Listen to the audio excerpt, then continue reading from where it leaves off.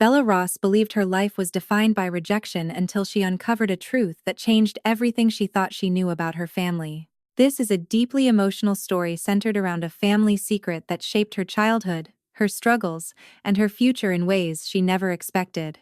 From a young age, Bella sensed there was something hidden beneath her parents' favoritism, a family secret that explained why she was always treated differently from her sister. As she grew older, every painful moment seemed connected to this family secret, even though no one would admit it existed. When she finally entered college, she began piecing together clues that revealed a shocking family secret buried for years in silence and denial. The truth she discovered didn't just expose a family secret, it also forced her to confront the emotional distance within her own home. In the end, understanding this family secret became the key to her transformation, helping her rebuild her identity and find strength beyond her family's expectations. Kirban. 3,000 people were on their feet, the kind of applause that fills every corner of a stadium and lingers in your chest, and yet somehow, in the middle of all that noise, I could still see them clearly, my parents sitting in the front row, not clapping, not smiling, just staring at me like something in their world had shifted in a way they didn't understand. And I remember thinking in that moment, not with anger but with a strange kind of clarity, this is the first time they're really looking at me, and it only took losing me to get here, but this story doesn't start on that stage. It starts 4 years earlier in a quiet living room where my father decided exactly who I was going to be, and according to him, I wasn't worth the investment. The acceptance letters came on a Tuesday afternoon, the kind of ordinary day that doesn't feel like it's about to change your life. Chloe got hers first, Crest Hill University, prestigious, expensive, the kind of name people say a little louder at dinner parties, and the house filled instantly with excitement, my mom smiling, my dad nodding with quiet pride. Everything about it felt expected, like it fit perfectly into the version of the future they had already imagined for her. And then I opened mine, Brookdale State University, not glamorous, not impressive, but solid, practical, and at the time, I thought that was enough. I really did. I thought being reasonable would somehow be appreciated, that effort would count for something, that being the easier choice would make me the obvious one, but that's not how it worked in our house. That night, my father called what he described as a family meeting, and even the way he said it made something in my chest tighten because it didn't feel like a conversation, it felt like a decision that had already been made. He sat in his usual chair, like he was about to present something official. My mom beside him quiet as always, Chloe by the window already glowing with excitement, and me sitting across from him holding that thin envelope like it still meant something, and for a moment, everything felt almost normal. Almost like maybe this was going to be one of those rare times where things balanced out. But then he started speaking. He turned to Chloe first. Of course he did, and his voice softened in that way I had heard so many times before, the kind of tone that carried pride without even trying, and he said that they had decided to cover her full tuition, room, board, everything, and the room immediately filled with her laughter, her excitement spilling over, my mom smiling, my dad watching her like he had just confirmed something important, like this was proof that his belief in her had always been right, and I sat there waiting, not expecting the same, just something, some version of support, some acknowledgement that I existed in that same space. But when he finally looked at me, everything about his expression changed.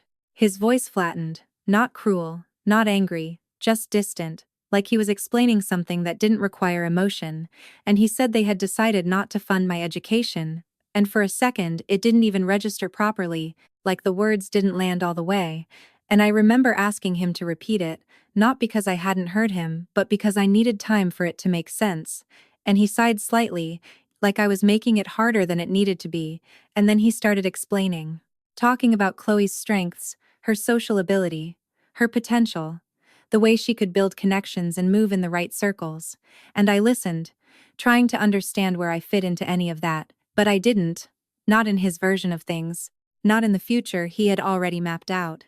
Then he said it, calmly, clearly, like it was just another fact, that I was smart but not special, that there was no real return on investment with me, and something about the way he said it made it worse, because there was no hesitation, no second guessing, just certainty. Like this was something he had believed for a long time and was only now saying out loud. And I looked at my mom, hoping for something, anything, but she didn't meet my eyes. And I looked at Chloe, but she was already somewhere else, already stepping into the life that had been prepared for her. And in that moment I understood something I hadn't wanted to admit before. I wasn't part of the same equation, I never had been.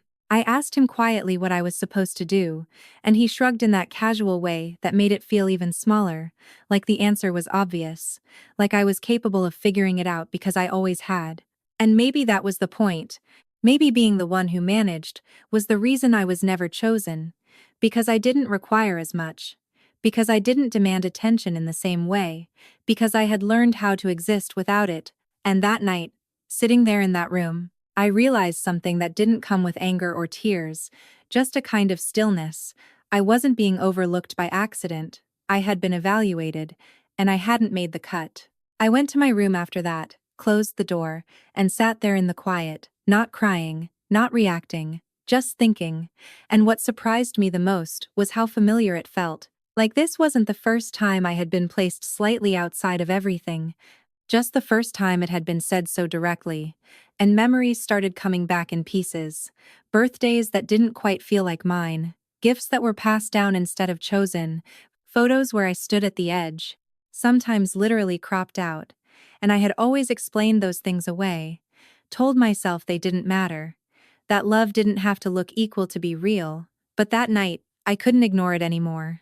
So instead of crying, I opened my laptop, the old one Chloe had discarded, the screen slightly cracked, the battery unreliable, and I typed a sentence into the search bar that would end up changing everything: full scholarships for independent students. And I watched the page load slowly, painfully slowly, and while it did, I grabbed a notebook and started doing the math, writing down numbers that didn't work no matter how I arranged them: tuition, living costs, savings that barely made a dent. And the gap between where I was and where I needed to be felt enormous, overwhelming in a way that made it hard to breathe, and I saw the options in front of me clearly: drop out, take on debt that would follow me for years, or stretch everything out until it barely resembled a life. Every path led to the same place: becoming exactly what my father believed I was, someone who couldn't quite make it, someone who stayed just short of enough, and for a moment I just sat there staring at those numbers, letting that reality settle, and then something shifted. Not dramatically, not in a way you would notice from the outside, but internally, quietly. I asked myself a different question. Not what if I fail, but what if he's wrong? And that question didn't come with confidence or certainty, just possibility. And that was enough to keep me from closing the laptop. I kept scrolling, reading through scholarship requirements, deadlines, essays, recommendations. Things that felt intimidating but not impossible. And then I found it: the Whitfield Scholarship, full tuition, living stipend, 20 students selected nationwide, and I actually laughed when I read it, because the odds were ridiculous, because it felt like something meant for people who already had advantages I didn't, but I saved it anyway, because in that moment I understood something clearly. I didn't need the odds to be in my favor. I just needed a chance, and if no one was going to give me one, I was going to have to create it myself. That night I didn't sleep much, not because I was anxious, but because for the first time in a long time, I felt something different. Not hope exactly, but direction, like there was a path in front of me, even if I couldn't see where it ended yet. And before I closed my eyes, I remember whispering the same sentence to myself that would follow me for years: this is the price of freedom. And at the time I didn't fully understand what that meant. I didn't know how much it would take, or how far it would push me. I only knew one thing for certain: I wasn't going to let someone else decide my value ever again. That sentence stayed with me longer than I expected, not because it sounded powerful, but because it was the only thing that made sense in a situation that didn't. And over the next few weeks, it stopped being something I said to comfort myself and started becoming something I lived by, because once you accept that no one is coming to fix things for you, your choices become very simple. You either move forward or you stay exactly where you are, and I had already seen what staying looked like, so I chose to move, even if I had no idea how far I could actually go. The first semester didn't feel like a new beginning, it felt like survival. Every day structured down to the hour, sometimes down to the minute, waking up before sunrise to get to the coffee shop for my shift, the air still cold, the campus quiet in a way that made everything feel heavier. Working 3 hours before class, then rushing across campus to lectures where I tried to stay focused even when my body felt like it was running on empty, and by the time most students were thinking about dinner plans or weekend events, I was already calculating how many hours I could afford to sleep without falling behind the next day. There's a kind of exhaustion that isn't dramatic. It doesn't look like collapse or failure. It just slowly becomes your normal. The way your hands shake slightly when you hold something too long. The way your thoughts blur at the edges late at night. The way you stop noticing how tired you are because there's nothing you can do about it anyway. And I lived in that space for months, moving from one responsibility to the next, telling myself that this was temporary, that it had to be, because the alternative was accepting a life I had already decided I didn't want. I didn't go to parties, I didn't join clubs, I didn't build the kind of college memories people talk about later, and at first that bothered me more than I expected, not because I felt like I was missing out, but because it reminded me how different my life was from everyone else's, how most people had a safety net they didn't even think about, parents who would step in if something went wrong, and I didn't have that. I had a schedule and a plan and the constant awareness that if I slipped even a little, there was nothing to catch me. There were moments I almost broke, not in big, obvious ways, but in small ones that felt just as heavy, like the morning I fainted behind the counter at the coffee shop. One second I was pouring milk into a cup.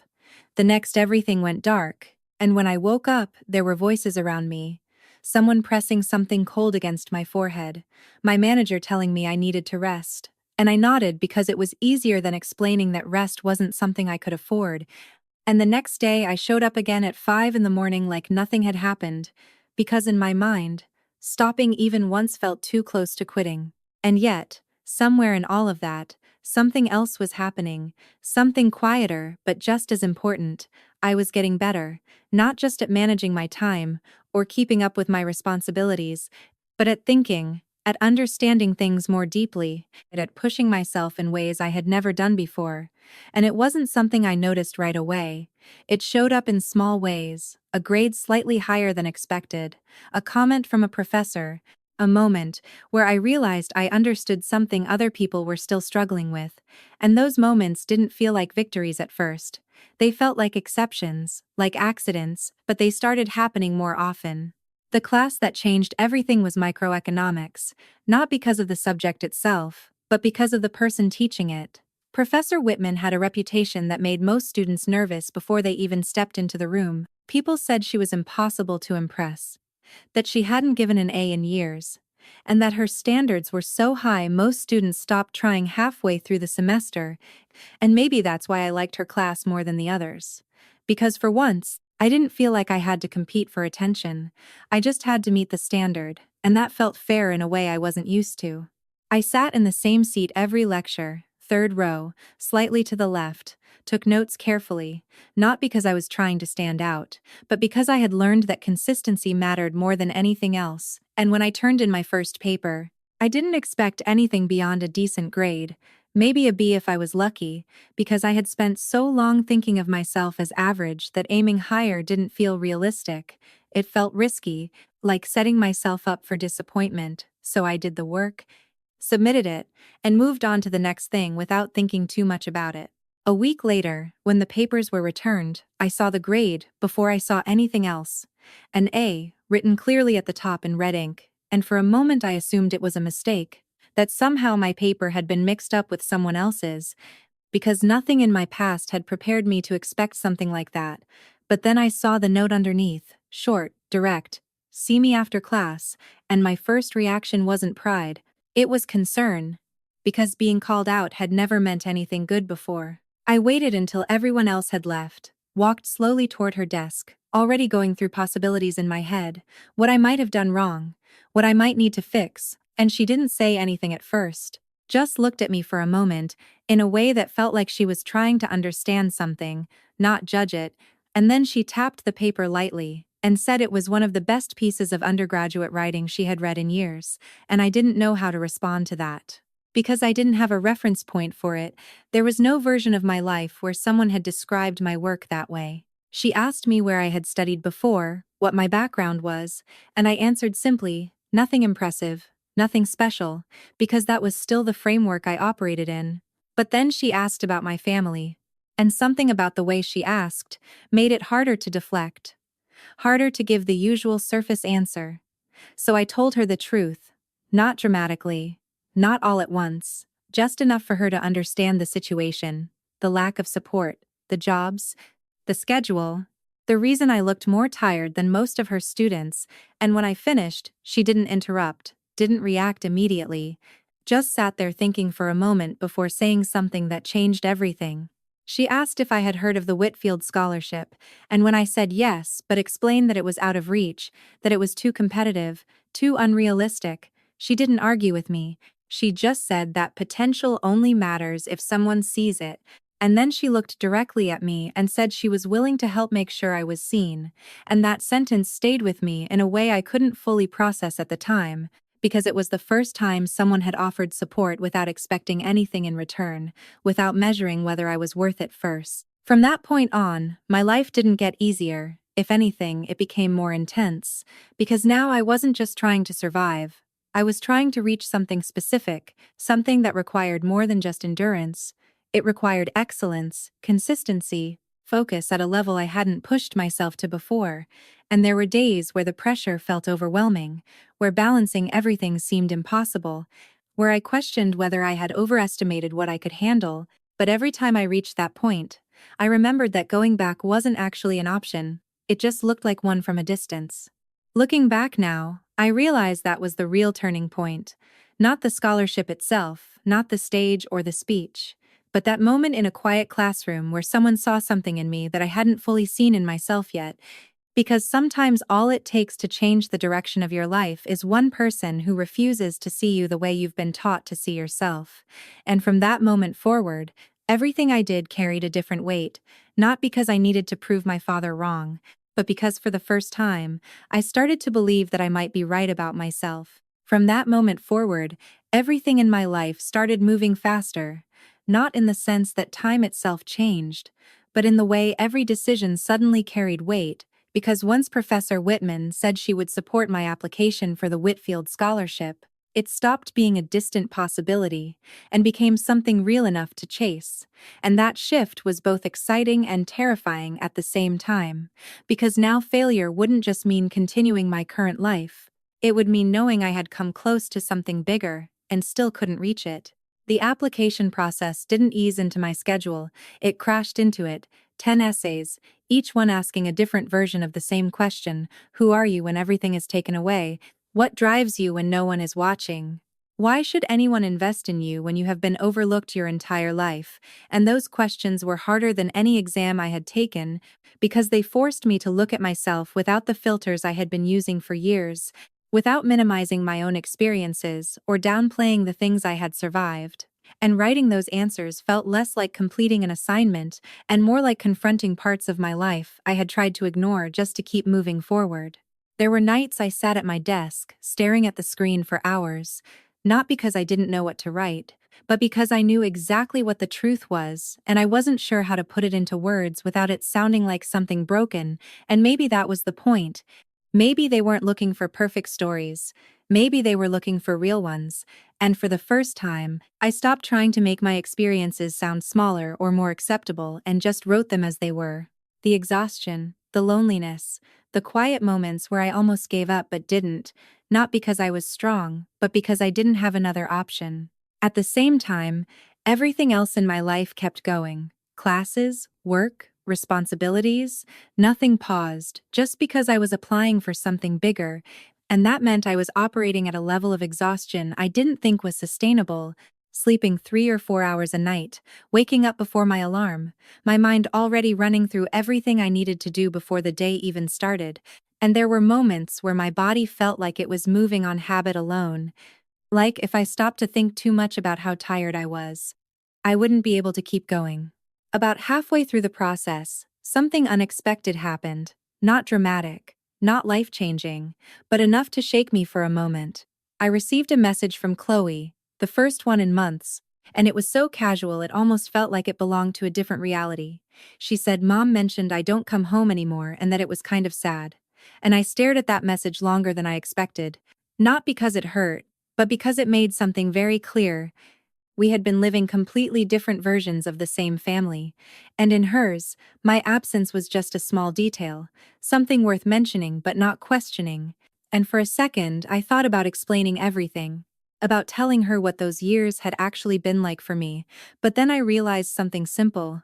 She had never asked, and that mattered more than anything I could say. So I turned my phone face down and went back to my essay, not out of anger, but because I had learned how to protect my focus, how to recognize when something would drain energy I couldn't afford to lose, and that was a skill I had built slowly, over years of being on my own, understanding that not every conversation needed to happen, not every relationship needed to be fixed immediately. Some things could wait, and some things didn't need to be fixed at all. The final stage of the scholarship process was the part I had been quietly dreading from the beginning, the in-person interview, because everything else I could control, the writing, the preparation, the way I presented my story. But walking into a room full of people who had already achieved so much, who came from backgrounds I couldn't even relate to, that was different, that was stepping into a space where I would have to stand on my own without any of the structure I had built to support myself. When the email arrived inviting me to the final round in New York, my first reaction wasn't excitement, it was calculation. How much it would cost to get there, how much I could afford to spend without risking my rent, how much I could stretch what I had left in my account, and when I saw the numbers, I realized there was no easy way to make it work, which brought me to a decision that felt painfully familiar: walk away from something important because I couldn't afford the opportunity, or take the risk and figure out the consequences later. That's when Lily stepped in, not in a dramatic way, just in the way real support often shows up: practical, immediate, no hesitation. She found the cheapest bus ticket, insisted I take it, refused to let me talk about paying her back, and reminded me of something I had spent years forgetting: that sometimes people help you simply because they believe you deserve the chance, and accepting that help felt strange at first, almost uncomfortable, because I wasn't used to it, but I said yes, and that yes changed everything. The bus ride to New York was long and uncomfortable, 8 hours overnight, barely any sleep. My head resting against the window while the city lights passed by in a blur, and somewhere in that quiet, between exhaustion and anticipation, I had a moment of clarity. I wasn't going there to prove I belonged, I was going there to show what I had already done.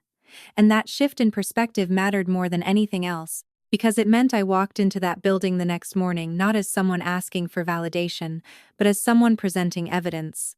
The interview itself was exactly what I expected, and nothing like I imagined at the same time: a panel of people asking questions that went deeper than surface-level achievements, questions about failure, about pressure, about the choices I had made when no one was watching, and for once, I didn't try to give perfect answers. I gave honest ones, even when they felt incomplete, even when they showed uncertainty, because I realized that my story didn't need to be polished to be meaningful, it just needed to be true. When it was over, I didn't feel confident or defeated.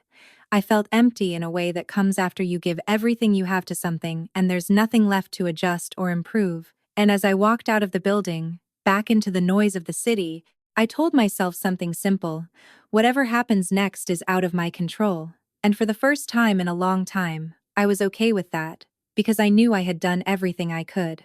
2 weeks later, I found out I had been selected, and the moment didn't feel like a dramatic victory. It felt quiet at first, almost unreal, like my mind needed time to catch up with what had actually happened, and then it hit all at once: everything I had carried for years, the doubt, the pressure, the exhaustion, all of it breaking open in a way I couldn't contain. And I sat there crying in the middle of the sidewalk, not caring who saw, not trying to hide it, because for once, I didn't need to hold anything in anymore. But the real turning point didn't come from the scholarship itself. It came from what it made possible: the option to transfer to Crest Hill University, the same place my parents had invested everything into for Chloe. And when Professor Whitman explained what that meant, the honors program, the valedictorian position, the commencement speech, I saw the full picture for the first time: not as a plan for revenge, but as a moment of truth, a moment where everything that had been hidden, ignored, or dismissed would exist in the open, where no one could look away or pretend they didn't see me. I didn't tell my family, not because I wanted to surprise them, but because I wanted one thing to remain mine: my progress, my choices, my life without their influence shaping it again. And as I packed my things and prepared to transfer, I realized something I hadn't fully understood before. I wasn't going back into their world, I was stepping into my own, and if our paths crossed again, it would be on completely different terms. And I had no idea that the moment those paths finally crossed would change all of us in ways none of us were prepared for. And I had no idea that the moment those paths finally crossed would happen so quietly, almost casually, like something small that didn't matter, when in reality, it was the beginning of everything unraveling in a way none of us could control. Because 3 weeks after I transferred to Crest Hill, I was sitting in the third-floor library, tucked into a corner where the light came in just right through the tall windows, my books spread out in front of me, completely focused on a case study, when I heard a voice behind me say my name in a tone that didn't belong in that space. Not calm, not neutral, but sharp with disbelief, like someone had just seen something impossible standing right in front of them. I didn't need to turn around to know who it was, but I did anyway, slowly, already feeling that familiar tension building in my chest. And there she was, Chloe, standing a few feet away, holding a cup of iced coffee. Her expression caught somewhere between confusion and shock, like her mind was trying to process something it wasn't prepared to understand. And for a second, neither of us said anything, just stood there looking at each other, as if we had stepped into the wrong version of each other's lives. She spoke first, but the words didn't come out clearly, more like fragments than a sentence, asking how I was there, when I had transferred, why no one had said anything, and I answered simply, not because I wanted to be distant, but because I had learned that over-explaining often gave people space to avoid the truth. So I told her exactly what mattered: that I had been at Brookdale, that I had earned a scholarship, that I had transferred, and that our parents didn't know. And watching her process that information felt like watching someone slowly realize that the story they believed for years was missing entire chapters. The moment that changed everything wasn't when she asked how I did it, it was when she asked why I hadn't told anyone, because that question revealed something deeper than confusion. It revealed the assumption that communication had always been an option, that the distance between us was something I had created, and I looked at her and asked something just as simple, if she had ever actually asked. And the silence that followed was heavier than anything else in that conversation.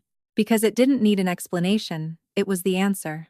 I left before the conversation could turn into something else, not out of anger, but because I didn't want to stand there while she tried to rewrite the past into something easier to accept. And as I walked out of the library, I knew exactly what would happen next. She would call them, she would tell them everything, and for the first time in years, my existence would become something they couldn't ignore or reshape into something more convenient. That night, my phone lit up more times than it had in the past 3 years combined. Calls, messages, missed calls stacked one after another. My mother, my father, Chloe again. And I watched the screen for a moment before turning it face down. Not because I didn't care, but because I finally understood something clearly: timing matters, and for years, they had chosen when to speak, and when to stay silent, and now it was my turn to decide when the conversation would happen. The next morning, my father called again, and this time I answered, not because I felt ready, but because I didn't want to carry that moment longer than necessary, and his voice sounded exactly the same as I remembered: controlled, direct, like he was already framing the situation into something he could manage, asking if what Chloe said was true, if I had transferred, why I hadn't told them, and I listened without interrupting until he finished. Then I said something simple, that I didn't think they would care, and the silence that followed wasn't confusion, it was discomfort, because somewhere in that sentence was a truth he didn't want to admit. He said of course they cared, that I was his daughter, and for a moment I almost believed him, not because his words had changed, but because part of me still remembered what it felt like to want that to be true. But then I reminded him of exactly what he had said 4 years earlier, not with anger, not with accusation, just clearly, the words about investment, about potential, about return, and the way he went quiet told me everything I needed to know. Either he didn't remember, or he didn't think it mattered enough to remember, and in some ways, both were the same.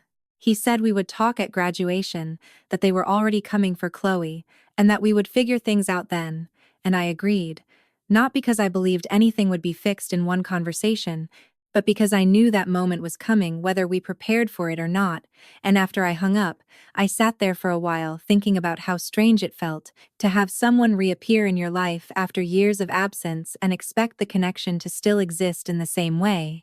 As if time hadn't changed anything, as if distance hadn't reshaped everything.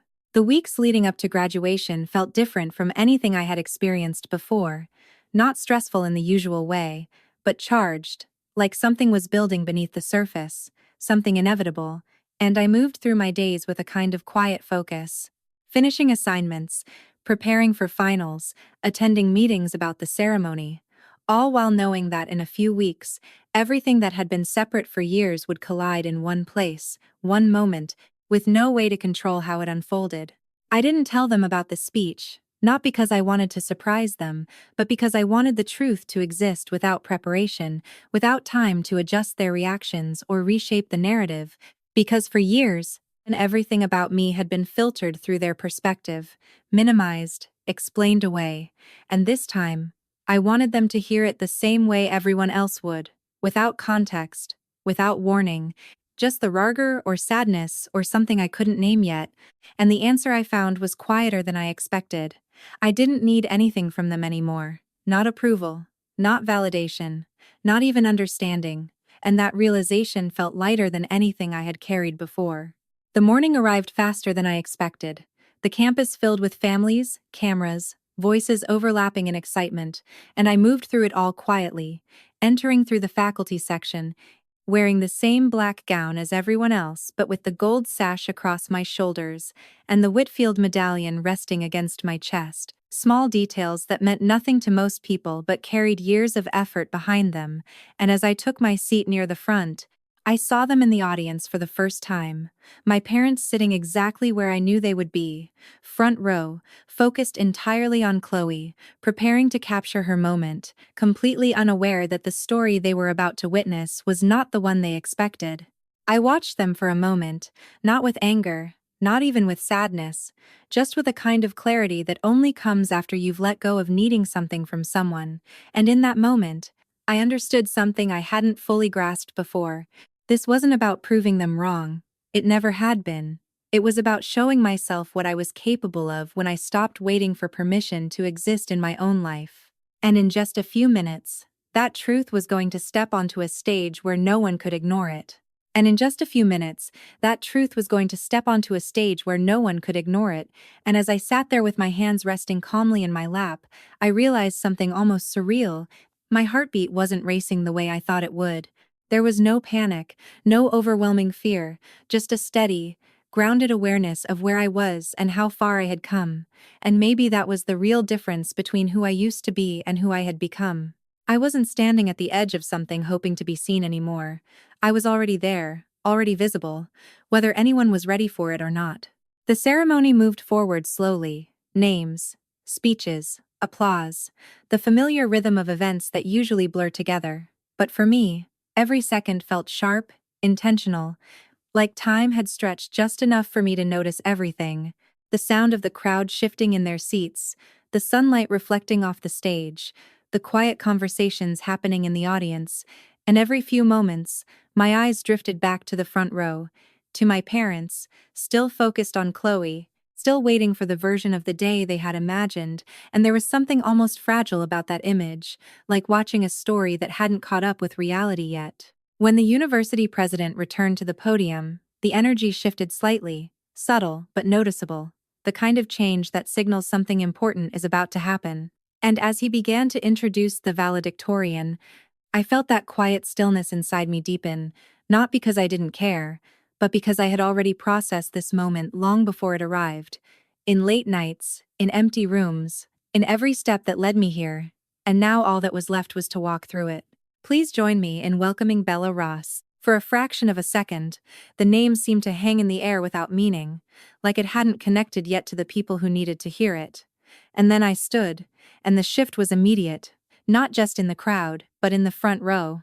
where everything changed all at once. My father's hand froze mid-movement, the camera he had been holding tilting slightly downward, my mother's posture stiffening, as if her body had reacted before her mind could catch up, and I watched recognition move across their faces in stages, confusion first, then doubt, then the realization that settled in slowly but completely, and in that moment, they weren't watching Chloe's graduation anymore, they were watching me. I walked toward the stage, each step steady, deliberate, the sound of my heels against the floor louder than I expected. Or maybe everything else had just gone quiet, and as I reached the podium, the applause built around me, not overwhelming, but strong, present, real, and for a brief moment, I allowed myself to take it in, not as validation, but as acknowledgement, something I had learned to accept without depending on it. When I looked up, I didn't search for them right away. I looked out at the entire crowd, at the thousands of people who had come for their own reasons, each carrying their own stories, their own struggles, their own expectations, and then, naturally, my eyes found the front row, and there they were, no longer distracted, no longer waiting for something else, completely still, completely focused, and I understood then that this moment didn't belong to the past, it belonged to the present, to what I was about to say, to what I chose to share. I adjusted the microphone slightly, took a breath, and began. 4 years ago, someone told me I wasn't worth the investment. The words didn't echo the way I expected them to. They settled into the space, clear, direct, without accusation, without anger, and that was intentional, because this wasn't about calling anyone out. It was about telling the truth in a way that didn't need to be defended, and as I continued, I could feel the shift in the audience, the way people leaned in, the way silence replaced the low hum of movement, the way attention sharpened, because they weren't just listening to a speech anymore, they were listening to a story. I spoke about the early mornings, the long days, the nights where sleep felt like a luxury I couldn't afford, about working multiple jobs while trying to keep up with classes, about learning how to manage everything alone, not because I wanted to, but because I had to, and I made sure to keep my tone steady, not dramatic, not exaggerated, just honest, because the reality didn't need to be intensified to matter. It already did. I didn't mention names. I didn't describe specific moments that could turn the story into something personal or uncomfortable for others, but I didn't hide the truth either. I talked about what it feels like to be overlooked, to be underestimated, to be told in quiet or direct ways that your potential has limits, and how those messages can shape you if you let them, or challenge you if you don't. And somewhere in the middle of that, I saw my mother lift her hand to her face, saw my father lower his gaze for a moment before looking back up again, and I didn't pause, I didn't change direction, I kept going, because this wasn't about their reaction, it was about finishing what I started. I learned something during those years, I said, letting the words settle before continuing, that your value doesn't come from someone else's belief in you, it comes from your decision to keep going even when that belief is missing, and that lesson isn't easy. It's not comfortable, but it's real. And it changes the way you see everything, including yourself. The crowd was completely still now, no movement, no distraction, just attention, and in that stillness, I felt something shift inside me. Not release, not relief exactly, but completion, like a chapter I had been writing for years, was finally reaching its final lines, and I knew exactly how I wanted to end it. To anyone who has ever been told they are not enough, I said, my voice steady, you are, you always have been. And sometimes the hardest part isn't proving that to others, it's believing it yourself long enough to act on it. For a moment after I finished, there was silence, not empty, but full. The kind that comes when something has actually landed. And then the applause started, not all at once, but building, growing, until people were standing, until the sound filled the entire stadium, and I stepped back from the podium, letting that moment exist without trying to hold onto it, because I didn't need to anymore. As I walked off the stage, I didn't look at my parents right away, not because I was avoiding them, but because I knew the moment would come, and when it did, it would be different from anything before. Not based on expectations or assumptions, but on reality, and for the first time in my life, I felt completely ready for that conversation, not as the person I used to be, but as the person I had become. And as I reached the bottom of the steps, I understood something with complete clarity. Whatever happened next wasn't going to define me, because for the first time, I had already defined myself. And as I reached the bottom of the steps, I understood something with complete clarity. Whatever happened next wasn't going to define me, because for the first time, I had already defined myself. And that realization stayed with me as I moved through the reception hall where everything felt louder than usual, voices overlapping, glasses clinking, people stepping forward to shake my hand, congratulate me, ask about my plans. And I responded the way you do in moments like that, present, polite, but slightly removed, because a part of me was aware that something else was about to happen, something quieter but far more personal than anything that had just taken place on stage. I saw them before they reached me, my parents moving slowly through the crowd, not with the same confidence they had carried earlier that morning, but with hesitation, like they weren't entirely sure they had the right to stand in front of me anymore. And for a brief second, I felt something I hadn't expected, not anger, not sadness, but a kind of distance so clear it almost surprised me, because these were the same people whose opinions had once shaped everything about how I saw myself, and now they felt like strangers I had history with but no longer depended on. My father spoke first, his voice lower than usual, less controlled, and he asked a simple question: "Why didn't you tell us?" And I could have answered in 100 different ways. Explained the years of silence, the reasons, the choices, but instead I gave him the same clarity he had given me once. "Did you ever ask?" And the way his expression shifted told me he understood exactly what I meant, even if he didn't want to admit it out loud. My mother stepped closer, her hands slightly trembling, her voice softer, apologizing in a way that felt genuine but also incomplete. Because apologies often focus on the moment of realization rather than the years that led to it, and I listened, not interrupting, not dismissing it, but not stepping into it either, because I had learned something important over time: you can acknowledge someone's regret without absorbing it as your responsibility. I told them the truth, calmly, without raising my voice, without trying to make it sound harsher than it was, that I wasn't angry anymore, that the anger had burned out long before this day arrived.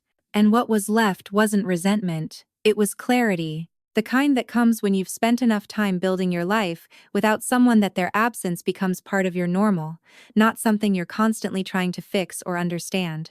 My father tried to explain, not fully, not in a way that addressed everything, but enough to show that he was searching for something to hold on to, something that would make the situation feel less final, saying he had made a mistake, that he hadn't realized how much his words had affected me, and I didn't argue with him, because arguing would have meant we were still operating in the same space as before, where one perspective needed to win over the other, and that wasn't where I was anymore. "You said what you believed," I told him, "and that mattered more than whether you remember it now, because words don't lose their impact just because time has passed." And I could see that land in a way he couldn't deflect, because it wasn't said with anger. It was said with certainty, and certainty is harder to challenge than emotion. There was a moment where everything slowed again, not like on stage, but in a more personal way, where the noise of the room faded slightly, and it was just the three of us standing there, with everything that had been said and everything that hadn't. And in that moment, my father asked something that felt almost unfamiliar coming from him. "What do you want from us?" And I took a second before answering, not because I didn't know, but because I wanted to be sure the answer came from the place I had reached, not from anything left over from before.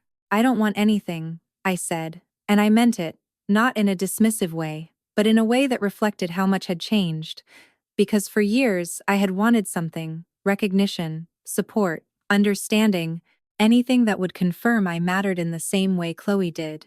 And now, standing there, I realized I didn't need any of it anymore, not because it wouldn't have mattered, but because I had built something without it. That answer seemed to affect him more than anything else, because it removed the possibility of a simple fix. There was no action he could take, no immediate solution that would restore things to how they used to be, and I could see the weight of that settling in. The understanding that some things don't return to their original form once they've been broken, no matter how much you want them to. My mother asked if we could start over, if I would come home, if we could talk properly as a family, and I didn't dismiss the question, but I didn't accept it either. because starting over sounds simple, but it ignores everything that already exists. And I told her that, gently but clearly, that I wasn't going back to the version of our family that required me to be smaller or quieter or less than I was. And that if we were going to have a relationship moving forward, it would have to be built differently, slowly, honestly, without pretending the past hadn't happened. I explained that I had a job waiting in New York, that my life was already moving forward in a direction I had worked hard to create, and that I wasn't going to pause that to step back into something uncertain, and my father asked if that meant I was cutting them off, and I told him the truth, that it wasn't about cutting anyone off, it was about setting boundaries. Something I had learned the hard way, something I should have learned much earlier, and that those boundaries weren't meant to punish them, they were meant to protect me. There was a long silence after that, not uncomfortable, but heavy with understanding, and in that silence, I saw something in my father I had never seen before. Not authority, not certainty, but uncertainty, the kind that comes when someone realizes they no longer control the situation. And for the first time, I think he understood what it felt like to be on the outside of something important.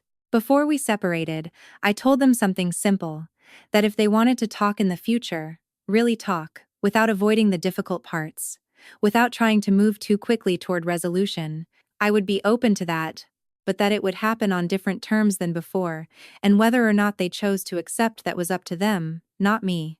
My mother said they loved me, and I didn't challenge that, but I didn't rely on it either, because love, I had learned, isn't just something you say, it's something you show consistently over time, and while those words might have been true in their own way, they didn't erase what had already happened, and they didn't automatically rebuild what had been lost. When I walked away from them that day, it didn't feel like a dramatic ending. It felt like a transition, something unfinished but no longer uncertain, and as I stepped out of the reception hall into the open air, I felt something I hadn't expected. Not relief exactly, but space. The kind that opens up when you stop carrying something that used to define you, and for the first time in a long time, I felt like my life wasn't reacting to the past anymore, it was moving forward on its own. And that was the moment I realized the story wasn't about what they had done or hadn't done. It was about what I had built anyway, and what I was going to do with it next. And in the weeks that followed, life didn't suddenly become easier or lighter the way people sometimes imagine after a big moment of closure. It simply became quieter, more focused, as if all the noise I had been carrying for years had finally settled enough for me to hear my own thoughts clearly, and that clarity followed me all the way to New York, where everything moved fast, the streets, the people, the expectations, and for the first time in my life, I was stepping into a world that didn't already have a version of me defined by someone else. My apartment wasn't much, just a small studio with a single window facing a brick wall, a kitchen that barely had enough space for one person to stand comfortably, and furniture that came from discount stores and secondhand listings, but every single inch of it belonged to me.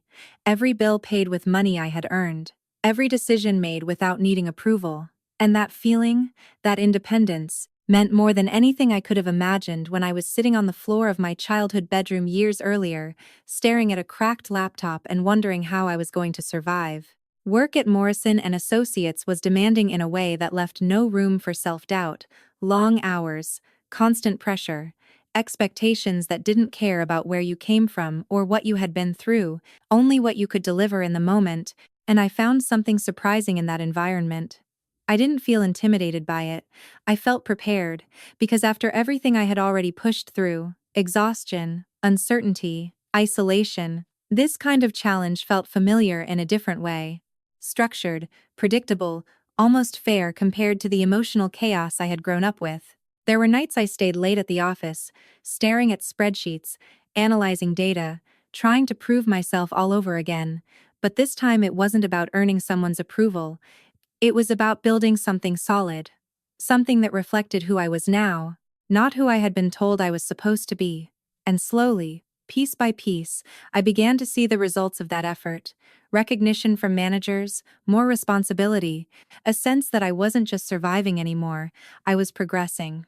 2 months after graduation, I received the first letter from my mother, handwritten, 3 pages long, and I remember sitting at my small kitchen table, holding it for a few seconds before opening it, because part of me already knew what it would say. regret, apology, explanations that tried to make sense of things that didn't really have simple explanations, and when I finally read it, that's exactly what I found. Words that felt honest, but also late. Reflections on moments she now saw differently. Admissions of things she had overlooked for years without realizing it. She wrote about the day of the graduation, about seeing me on that stage, and realizing how much she had missed, not just the achievement, but the person I had become, and I believed her when she said it. I didn't question the sincerity, but I also didn't rush to respond, because I had learned that understanding someone's regret doesn't mean you have to immediately rebuild the relationship, as if nothing happened. So I folded the letter, placed it in a drawer, and left it there, not as a rejection, but as a pause, something I would return to when I knew what I actually wanted to say, not what I felt pressured to say in the moment.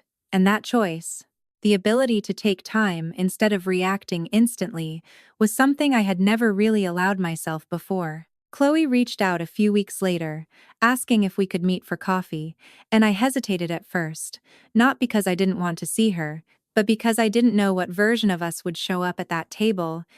The sisters who had grown up in the same house but lived completely different experiences, or two adults trying to understand each other for the first time, without the structure of our parents shaping everything between us. We met at a small cafe, neutral ground, no history attached to it, and the conversation started slowly, carefully, like we were both aware that one wrong step could bring everything back to the surface in a way neither of us was ready for, and she apologized, not in a dramatic way, but in a quiet, honest way, saying she hadn't noticed what was happening to me, that she had been too focused on her own life to see the imbalance clearly, and I listened, because for the first time, it felt like she wasn't defending anything, she was just acknowledging it. I told her the truth, that I didn't hate her, that I never had, because she hadn't created the system we grew up in, she had just benefited from it, and hearing that seemed to shift something in her, like she had been carrying guilt she didn't fully understand how to process, and for the first time, we weren't comparing ourselves or competing for attention. We were just two people trying to figure out what a relationship between us could look like now. It wasn't perfect, it wasn't suddenly close or easy, but it was real, and that mattered more than anything else at that point, because real relationships don't rely on pretending everything is fine, they rely on being able to sit in the discomfort long enough to understand it. 6 months after graduation, my phone rang one evening, and when I saw my father's name on the screen, I almost didn't answer, not out of anger, but because I wasn't sure what kind of conversation was waiting on the other side, and I didn't want to step into something that would pull me back into old patterns, but something in me decided to pick up, not because I owed him that, but because I wanted to know what he would say when he no longer had control over how the conversation would go. His voice sounded different, quieter, less certain, and after a moment, he said something simple, that he had been thinking about what to say since graduation and hadn't known where to start, and I told him to just say what was true, not what sounded right, not what he thought I wanted to hear. And there was a long pause before he finally did. He admitted he was wrong, not just about the decision, but about how he had seen me, how he had measured my worth in a way that had nothing to do with who I actually was, and hearing that didn't create an immediate emotional response the way it might have years earlier. It didn't fix anything instantly, but it did matter, because it was the first time he had taken responsibility without trying to justify it at the same time. We didn't resolve everything in that call. We didn't suddenly become a close family again, but we established something small, a starting point that didn't exist before, and I made it clear that if we were going to continue talking, it had to be honest, without pretending the past didn't exist, without rushing toward forgiveness just to make things feel easier. He agreed, and for the first time, I believed that he understood what that meant. Not completely, not perfectly, but enough to try, and that was all I was willing to accept at that stage. Not perfection, not immediate change, just effort that was consistent over time.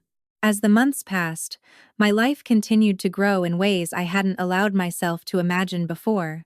I was promoted at work, given more responsibility, trusted with bigger projects, and eventually offered the opportunity to pursue an MBA with company support, something that once would have felt impossible without my parents' backing, and now was happening because of choices I had made on my own.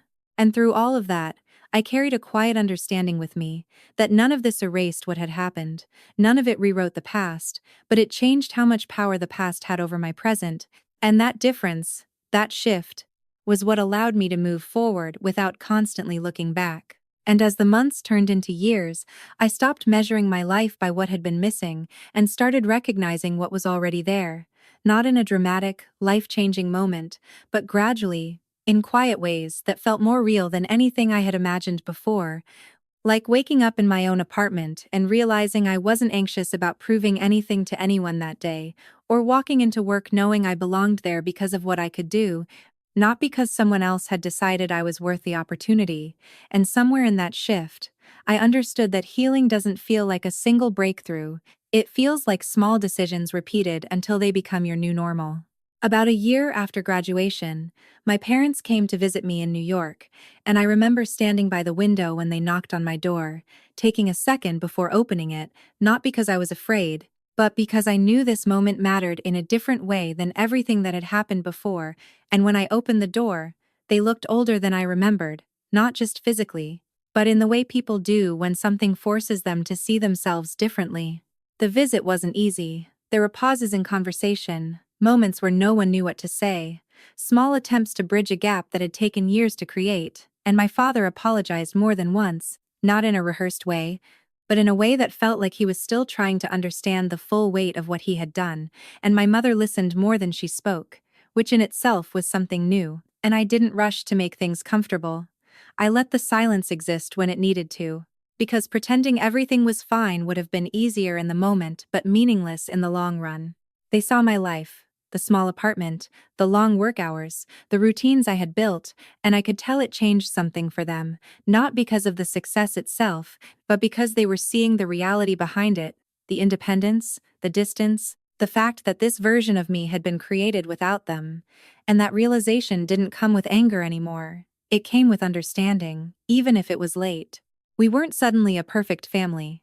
We didn't hug and erase everything that had happened, but we reached something more honest, something unfinished but real. And for me, that was enough. Not because I had lowered my expectations, but because I had changed what I expected entirely. I no longer needed them to validate me. I only needed them to be honest if they wanted to be part of my life moving forward. Chloe and I continued meeting for coffee, sometimes laughing, sometimes sitting in awkward silence, sometimes talking about things we had never said out loud before, and slowly, we began to understand each other, not as the roles we had been given growing up, but as people who had experienced the same family in completely different ways, and that understanding didn't erase the past, but it made space for something new. One afternoon, a few months later, I did something that surprised even me. I wrote a check for $10,000 to the scholarship fund at Brookdale State University. Anonymous, no name attached, no recognition, just a simple contribution for students who didn't have financial support from their families. And when I dropped it off, I didn't feel like I was closing a chapter. I felt like I was continuing something, because someone had once taken a chance on me when I had nothing to offer except effort, and now I had the chance to do the same for someone else. That moment stayed with me more than any award or promotion ever had, because it reminded me of something I had learned the hard way, that your value isn't defined by who invests in you first. It's defined by what you choose to build and what you choose to give once you finally have the chance. Sometimes, late at night, I still think about that evening in the living room 4 years before everything changed, the moment my father told me I wasn't worth the investment, and I don't relive it the way I used to. I don't feel that same sharp pain, but I remember it clearly. Because it was the beginning of something I didn't understand at the time, the moment that forced me to rely on myself in a way I never would have chosen, but ultimately needed. And if I could go back to that version of myself, sitting there trying to process those words, I wouldn't tell her that everything would be okay.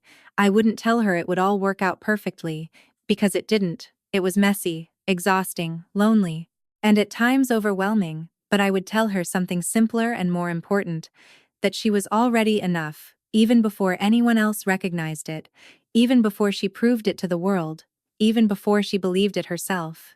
Because that's the truth I carry with me now, not as something I say to feel better, but as something I know through experience. that the people who fail to see your worth are not the ones who get to define it, and the life you build for yourself, piece by piece, choice by choice, matters more than any approval you were denied along the way. If you've listened this far, I want to ask you something, not as a storyteller, but as someone who has lived through this. Have you ever felt like you had to prove your value to the people who were supposed to see it without proof? And if you have, I hope you understand that your story doesn't end there. It doesn't end with their opinion or their absence. It continues with what you decide to do next, even when it's hard, even when no one is watching. And if this story resonated with you in any way, if even a small part of it felt familiar, I'd really like to hear your thoughts, not just whether you liked it, but what it made you feel, because stories like this aren't about perfection, they're about connection, and your perspective matters more than you think. It helps shape the next story, the next message, the next person who might need to hear it. Thank you for staying until the end, for listening, for being part of this moment, because in a quiet way, that matters too. Sometimes the hardest journeys aren't about proving others wrong, they're about discovering your own worth when no one else is willing to see it, and choosing to keep going anyway, not out of anger, but out of self-respect. Family isn't defined only by where you come from, but by the choices you make, the boundaries you set, and the kindness you continue to give despite everything. If you can build something good from what once hurt you, then you haven't just survived, you've grown. And in the end, the most powerful thing you can do is not to hold on to pain, but to turn it into something that helps you, and maybe someone else, move forward. And even after everything had settled into something that almost felt like a new normal, there were still moments that caught me off guard, small, quiet reminders that healing isn't a straight line. It circles back sometimes, not to pull you down, but to show you how far you've actually come. And one of those moments happened on an ordinary Tuesday evening when I was leaving the office later than usual, the city lights already reflecting off the glass buildings, the kind of night that used to make me feel small when I first moved here, and now just felt like part of my routine. My phone buzzed as I stepped into the elevator, and when I looked down, I saw a message from an unknown number, something I normally would have ignored, but for some reason, I opened it anyway. And the message was simple, almost hesitant. Hi. I think you don't know me, but I think you changed my life. And for a second, I just stared at the screen, trying to understand what it meant, because nothing in my day had suggested anything out of the ordinary. The next message came before I could respond, explaining that the sender was a first-year student at Brookdale, that they had received a scholarship that year, and that during orientation, someone had mentioned an anonymous donor who specifically requested the funds go to students without family support, and as I read those words, something inside me shifted in a way that felt both unexpected and deeply familiar, because I knew exactly what that situation felt like, sitting alone, trying to figure out how to build a future without anyone backing you. They wrote that they had almost given up before starting, that the numbers didn't make sense, that the pressure felt impossible, and that the scholarship didn't just help financially, it changed how they saw themselves. Like maybe someone out there believed they were worth investing in, even if they had never met them. And I realized in that moment that the impact of what we go through doesn't end with us unless we choose to let it. I didn't respond right away, not because I didn't care, but because I needed a moment to sit with what I was feeling, something quieter than pride, something deeper than satisfaction. It was a kind of recognition, not of success, but of continuity. Like the hardest parts of my story hadn't just been obstacles, they had become part of something that could reach beyond me. When I finally replied, I kept it simple, wishing them strength, reminding them that they were capable of more than they probably believed at that moment, and telling them something I had once needed to hear myself, that needing to do things on your own doesn't make you less supported, it just means your strength looks different. And after I sent the message, I realized something that I hadn't fully put into words before. For so long, I thought the goal was to prove my parents wrong, to show them that I was worth the investment they had refused to make. But somewhere along the way, that stopped being the point, because proving someone wrong still keeps you tied to their perspective, and what I had actually done was something else entirely. I had built a life that no longer depended on their opinion at all. A few weeks later, my father called again, not with an apology this time, but with something quieter, an update about his life, something ordinary, something that didn't revolve around fixing the past, and that was new. because it meant he was starting to understand that rebuilding a relationship isn't about grand gestures, it's about consistency, about showing up differently over time. And while I didn't know where things would eventually settle, I could see that the direction had changed. My mother started writing shorter messages, not long letters filled with regret, but small check-ins, asking how I was, telling me about her day, sharing pieces of her life in a way that felt less like she was trying to repair something and more like she was trying to build something new. And I found myself responding occasionally, not out of obligation, but because I wanted to. And that difference mattered more than I expected. Chloe and I, in our own way, had found a rhythm, imperfect, sometimes awkward, but honest. And one afternoon, as we sat across from each other in the same cafe we had first met in after graduation, she said something that stayed with me longer than she probably realized. "You know, I used to think you were the quiet one." And she paused, smiling slightly. "But you were just the one no one was really listening to." And I didn't respond right away, because the truth in that statement didn't feel heavy anymore, it just felt clear. And maybe that's what everything came down to in the end. Not revenge, not validation, not even forgiveness in the way people usually think about it, but clarity, the kind that lets you see people for who they are, including yourself, without needing to change the past to feel at peace with it.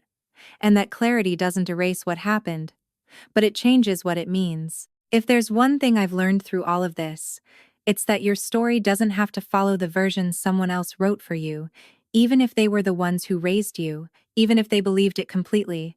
Because at some point, whether you realize it or not, you become the one holding the pen, and what you do with that responsibility shapes everything that comes next.